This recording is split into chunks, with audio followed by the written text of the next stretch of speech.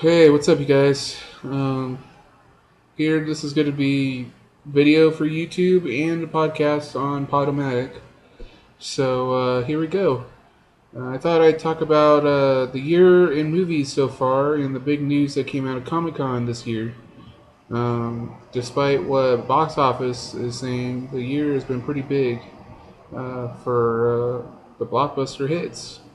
Um, Superman coming back in Man of Steel, which was so far for us at On Request Magazine, the biggest and best film of the year, and probably the best superhero film we've ever seen. Truly an amazing work of cinema art. Really great.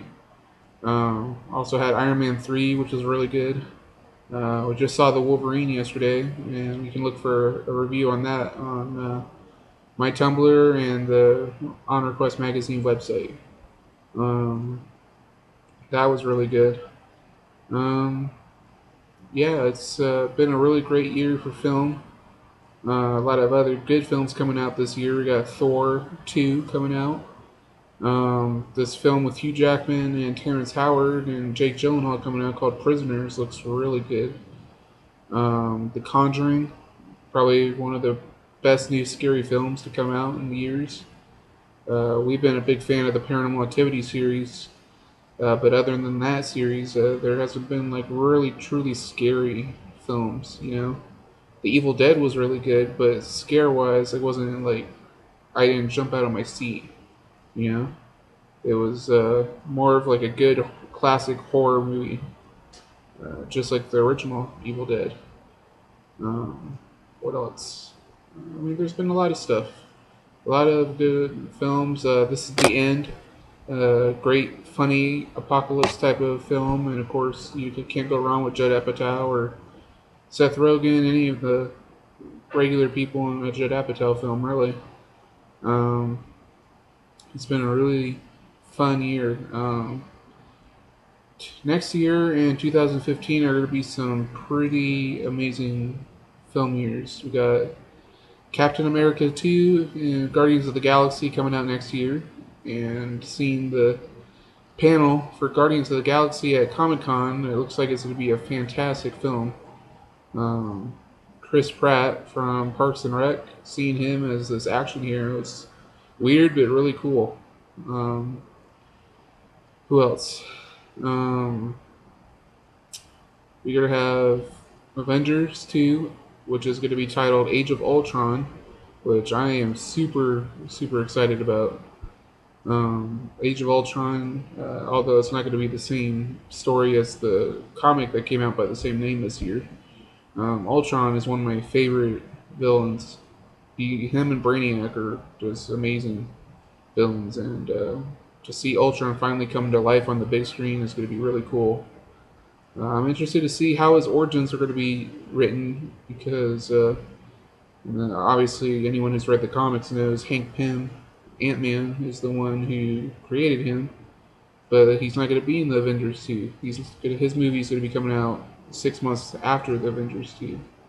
So to preserve the continuity, um, I wonder how they're going to do it. Probably Tony Stark, because I hear the footage they showed for the brief teaser Josh Whedon showed was Tony Stark's helmet reworking itself to become the Ultron head.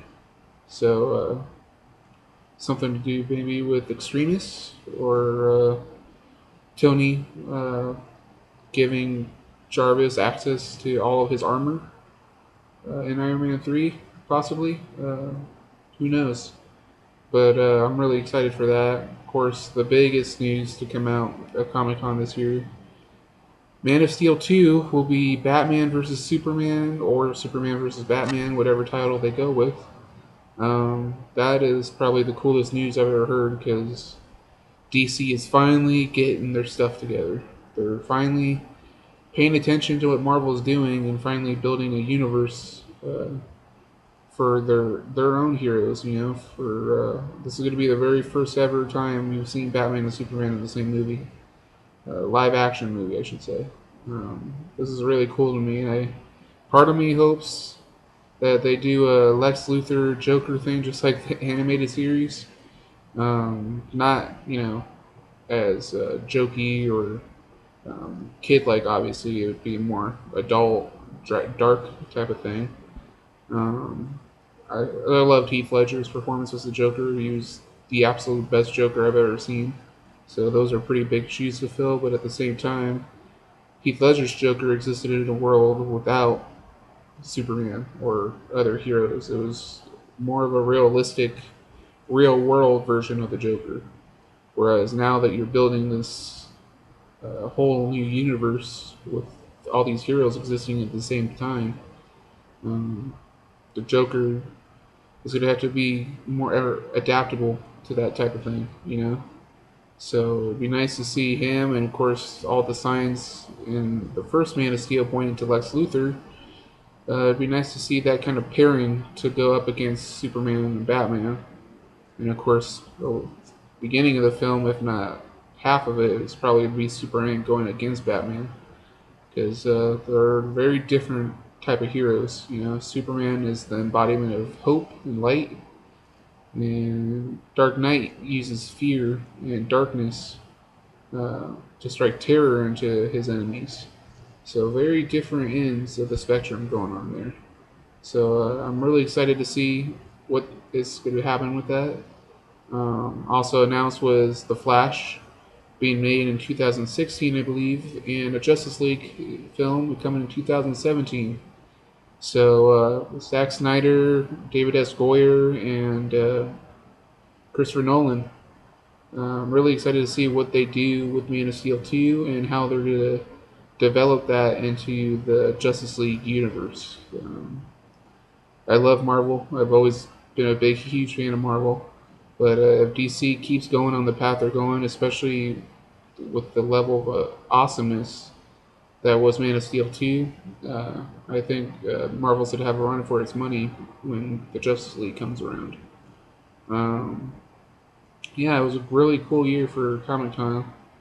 One movie coming out in a few weeks that I'm excited about is The Mortal Instruments of City of Bones. For those of you who don't know, that's a teen drama and fantasy type of novel series. My family got that for me when I was growing up, and I've read almost all of the books, and it's a truly fantastic series. I'm really excited to see how Lily Collins does as the title character, Clary Frey. This looks like it's gonna have a lot of action, a lot of killing monsters, and looks like it's gonna be a lot of fun. Uh, and of course, even though I write horror and I'm a guy and everything, I'm also a romantic at heart. So I appreciate novels and films and stuff that incorporate romance into their art.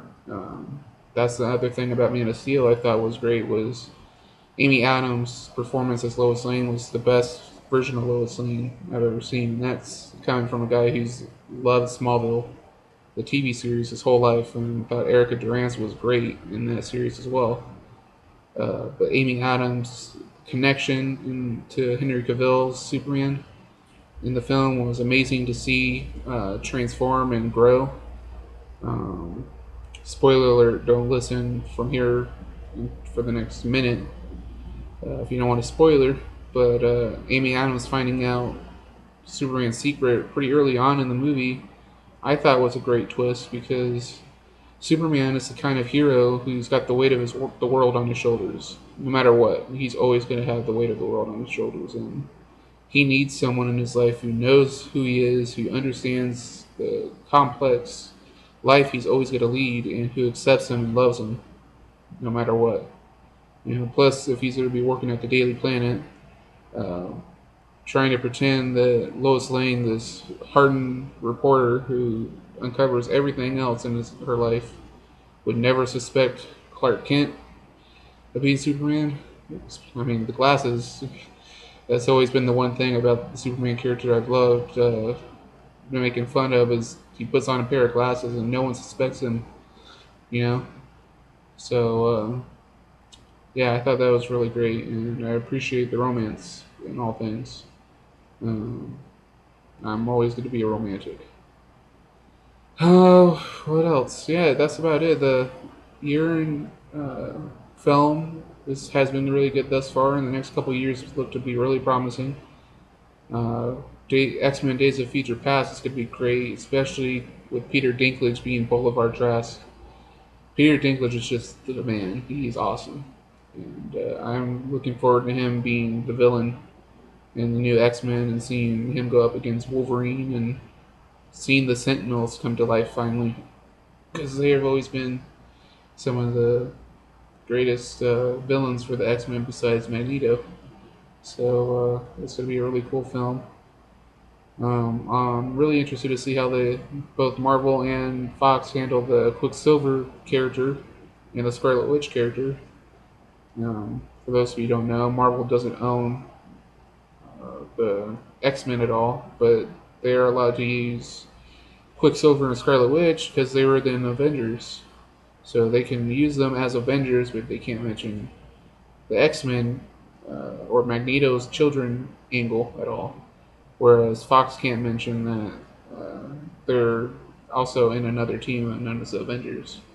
So yeah, so it'll be really interesting to see. I'm a big fan of Evan Peters, so I'm really excited to see him as Quicksilver. Um, Besides that, television is going to be starting up in a month and a half. Really excited, especially for fan favorites like Arrow. Um, what do you call it? Supernatural. Pretty much any CW show really that they have. I'm a big fan of the CW shows. Breaking Bad in a couple weeks. I'm really excited about this. The final 8 episodes. It's going to be really intense. Um, Walking Dead is going to be great this year. The Following, I'm really excited. I know they're trying to say that Joe Carroll's dead, but I mean he showed up.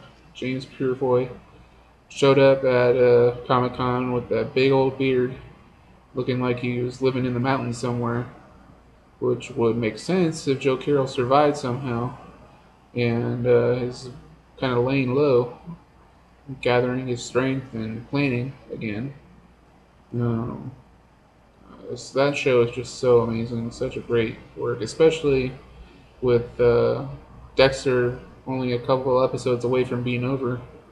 Um, to see a new show involving uh, the hunt for serial killers is going to be fascinating. And even though it's not going to be uncensored like Dexter is, the following still does a great job.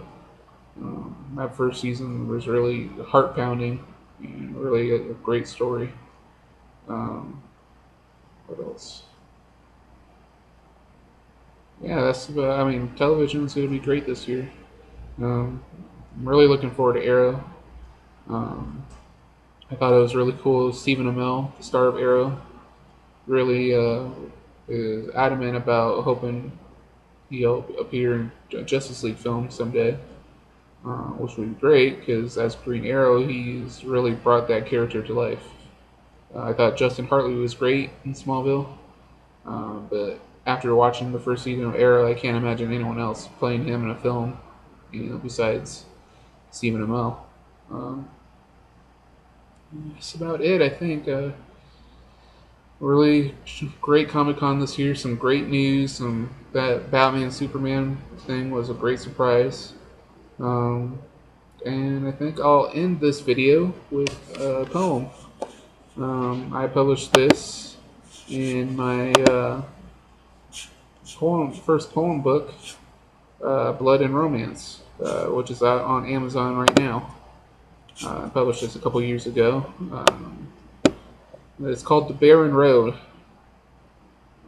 It's Let's see. As he gazed down the barren road, he thought of what his life meant to him. Once a boy, now a man, he wondered what awaited him. Would he succeed?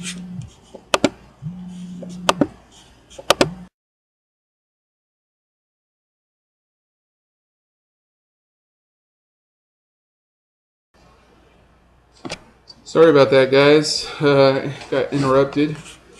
Um, let's try that again, shall we? Um, start over. The barren road. As he gazed down the barren road, he thought of what his life meant to him. Once a boy, now a man.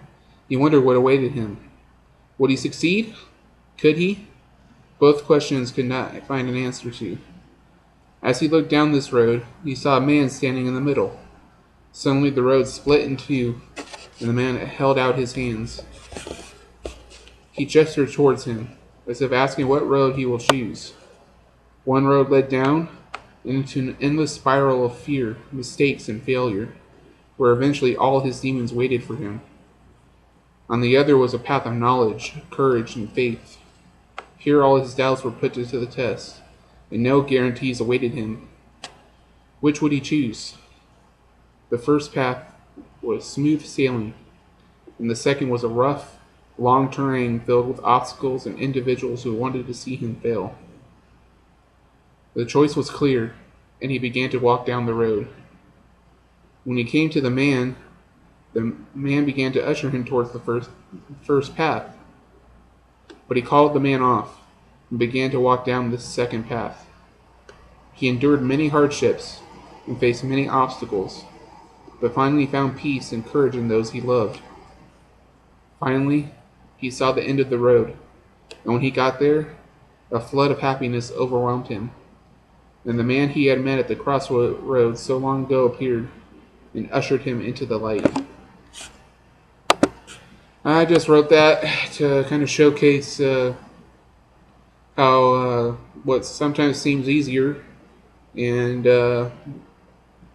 easier to go along with is not always the best choice, you know. Sometimes in order to truly know happiness, we have to endure a lot of hardships and pain. But in the end, it ends up being worth it, you know. Sometimes what we think is going to be good for us is not. So, just something to keep in mind.